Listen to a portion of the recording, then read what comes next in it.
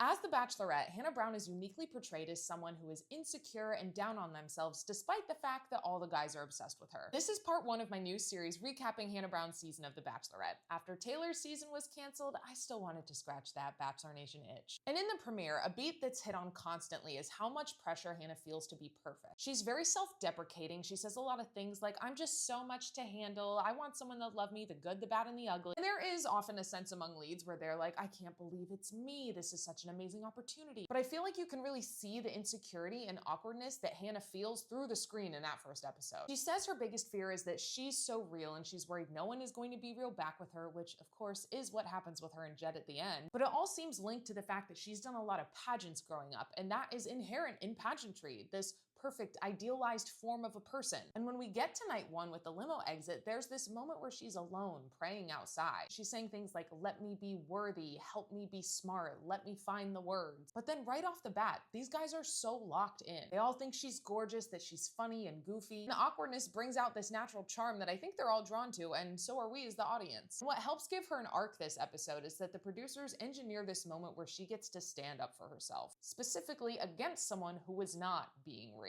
They bring back Demi and Katie, her friends from Colton's season, to spy on the guys. And Demi receives a DM from a woman saying that the guy that she's seeing, Scott, is on the show. This is something that the Game of Roses podcast would call a night 1 curveball. It's a big surprise and usually a moment where the lead can lay down the law and show everybody who's boss. And set an example to the other contestants that if you do something that's not for the right reasons, you're gonna be dragged for it. The other purpose these curveballs serve is that so much focus goes into the drama that a lot of other guys don't get time, which ends up creating more insecurity and worry with the men going into the rose ceremony. And Hannah gets to have this moment calling out the guy, sending him on his way, and then telling all the guys what he did. And it sets up this hero moment for her at the end that, you know, maybe she's not so insecure after all. So stay tuned for part 2, where I'm going to discuss how the guys are portrayed in the first episode, especially considering what we all know about them now.